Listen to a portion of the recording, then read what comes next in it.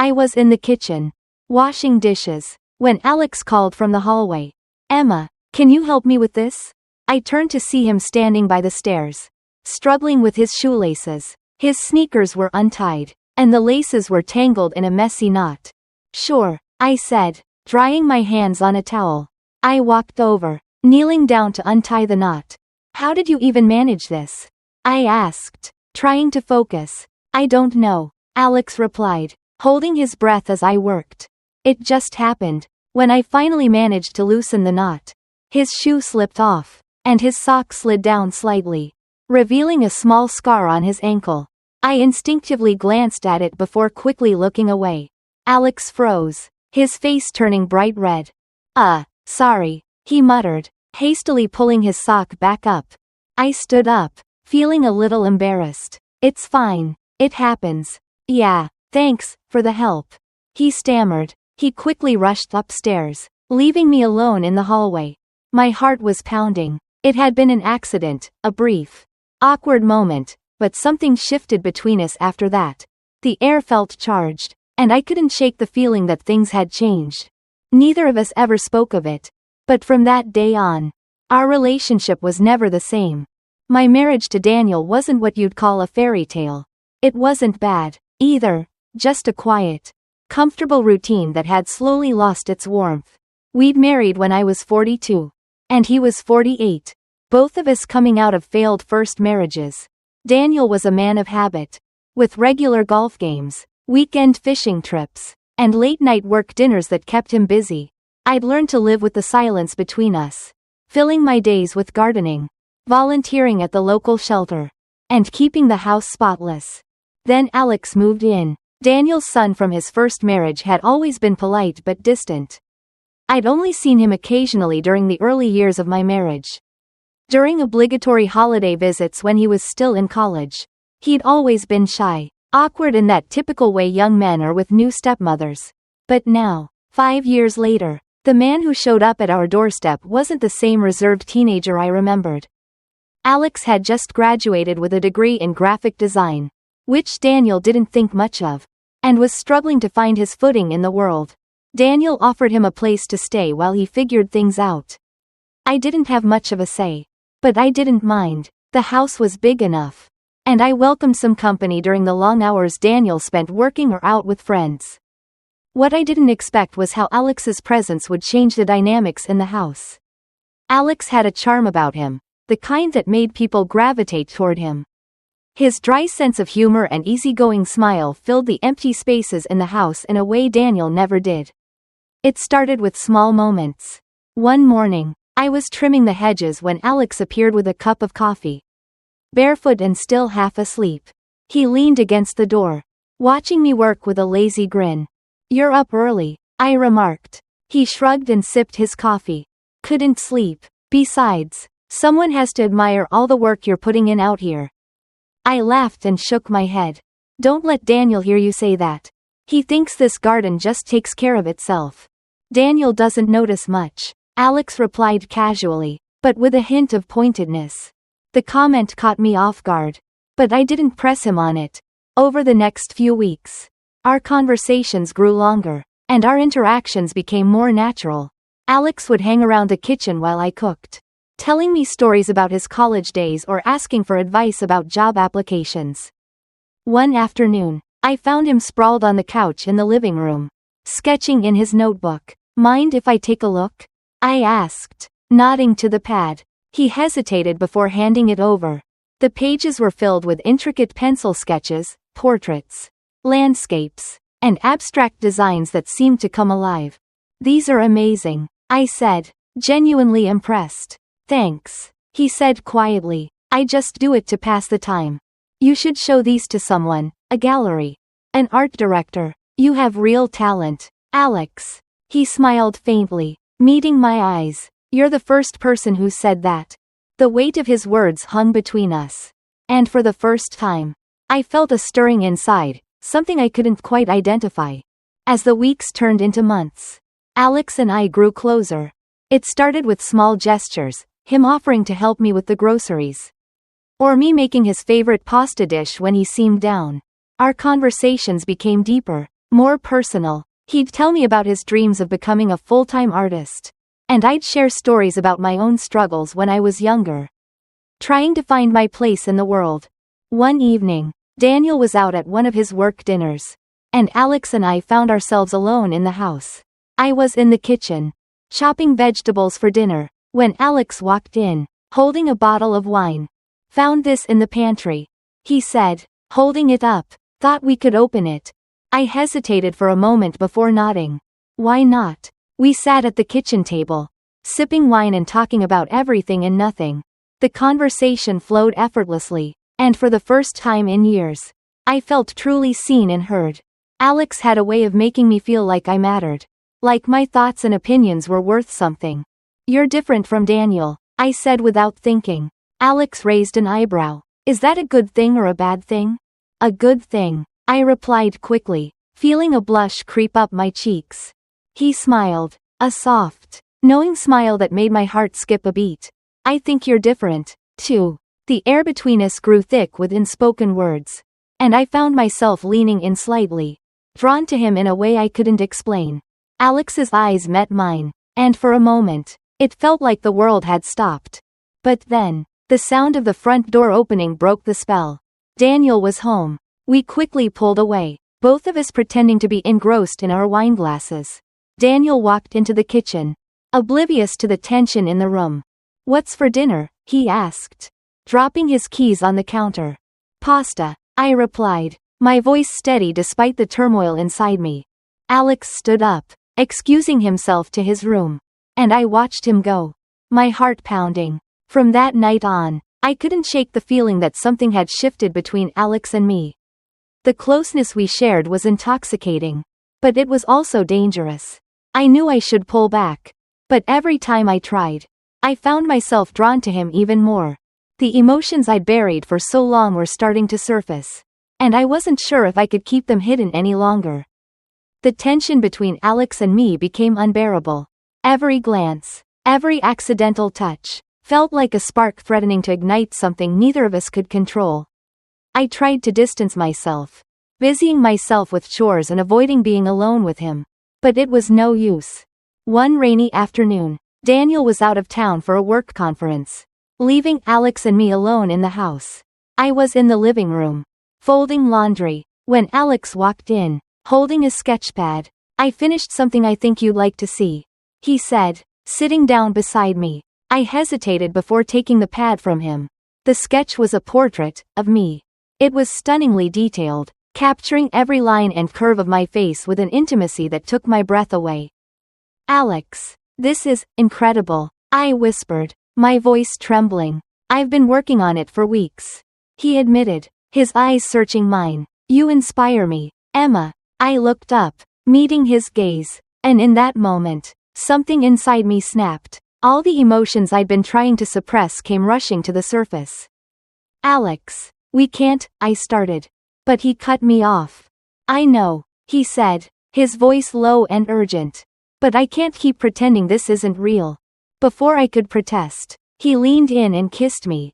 It was soft at first, tentative, but then it deepened, and I found myself kissing him back, all rational thought vanishing. When we finally pulled away, the reality of what we'd done hit me like a tidal wave. This is wrong, I said, my voice breaking.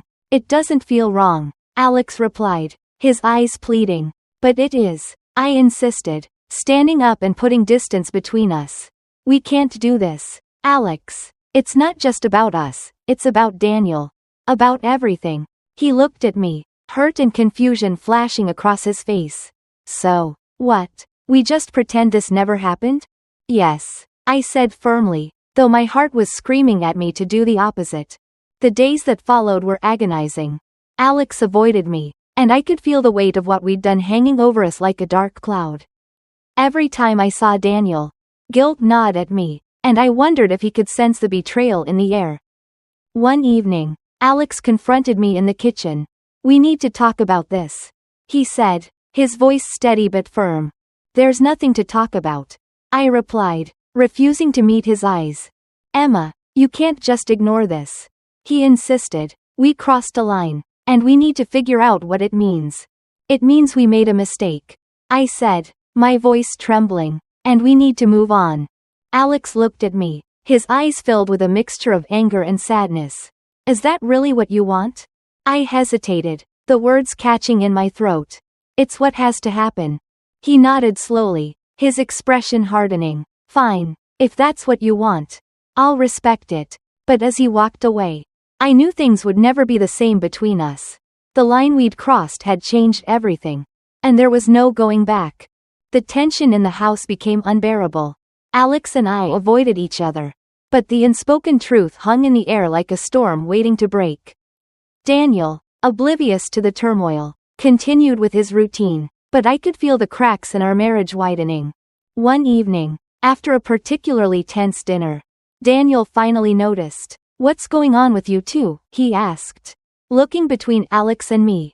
Nothing, I said quickly, avoiding his gaze. Alex remained silent, his jaw clenched. Daniel frowned, his eyes narrowing. You've both been acting strange for weeks. Is something going on that I should know about? The room fell silent, and I felt my heart pounding in my chest. I wanted to tell him the truth, to confess everything, but the words wouldn't come. Dad, Alex finally spoke, his voice steady but strained. There's something I need to tell you. Daniel turned to him, his expression hardening. What is it? Alex took a deep breath, his eyes meeting mine for a brief moment before focusing on his father. Emma and I, we made a mistake. Daniel's face turned pale, and he looked at me, his eyes filled with disbelief. What is he talking about? Emma? I felt the weight of his gaze, and the guilt I'd been carrying finally overwhelmed me. Daniel, I'm so sorry, I whispered, tears streaming down my face. For a moment, there was silence. Then, Daniel's expression turned to anger. How long? He demanded, his voice shaking.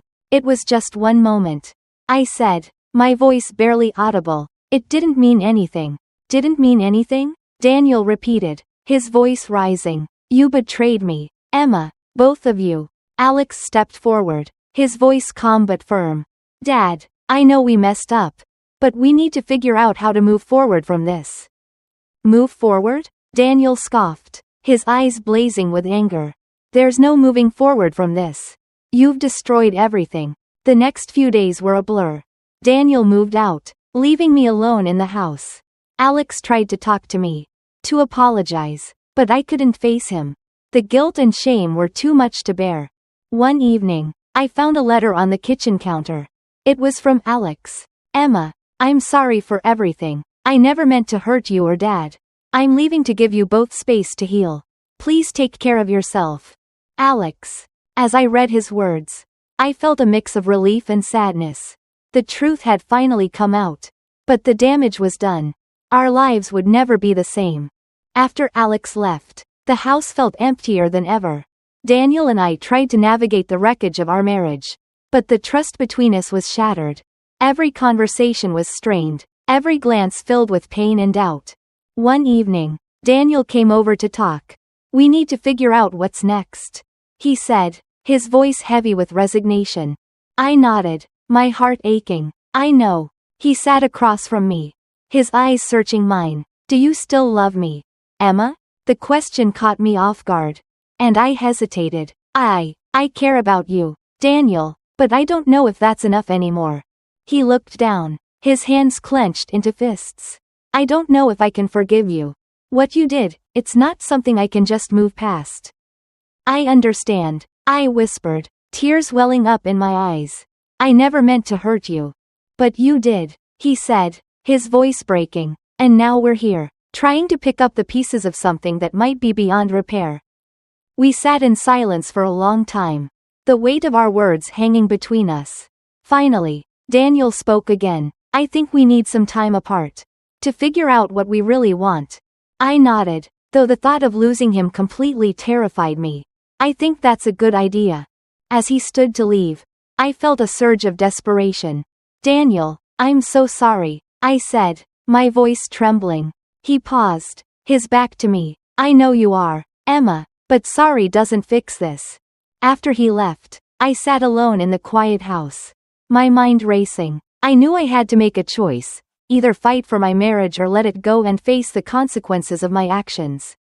A few days later, I received a call from Alex. "How are you holding up?" he asked. His voice filled with concern. "I'm managing," I replied, though the truth was, I was barely holding it together. "Emma, I've been thinking," he said hesitantly. "Maybe we should talk about what happened, and where we go from here." I felt a mix of emotions, relief, fear, guilt. "I don't know, Alex. I'm still trying to figure things out." "I understand," he said softly. "Just know that I'm here for you. No matter what." As I hung up the phone, I realized I was at a crossroads. I could either try to rebuild my life with Daniel, or I could explore the feelings I had for Alex. Both paths were fraught with uncertainty, and I knew that whatever choice I made would change my life forever. The days turned into weeks, and the weight of my decision grew heavier. Daniel and I continued to live separately, our conversations sparse and formal. Alex, though distant, remained a presence in my life. His occasional messages a reminder of the unresolved tension between us. One evening, Daniel called me. "We need to talk," he said, his voice devoid of emotion. I agreed to meet him at a quiet cafe, my heart pounding with dread. When I arrived, he was already there, his expression unreadable. "I've been doing a lot of thinking," he began, his voice steady, "and I've come to a decision." I held my breath, waiting for him to continue. "I can't move past what happened," he said, his eyes meeting mine. "The trust is gone, Emma, and without trust, there's no foundation for us to build on." Tears filled my eyes, but I nodded, understanding the finality of his words. "I'm so sorry, Daniel. I never wanted to hurt you."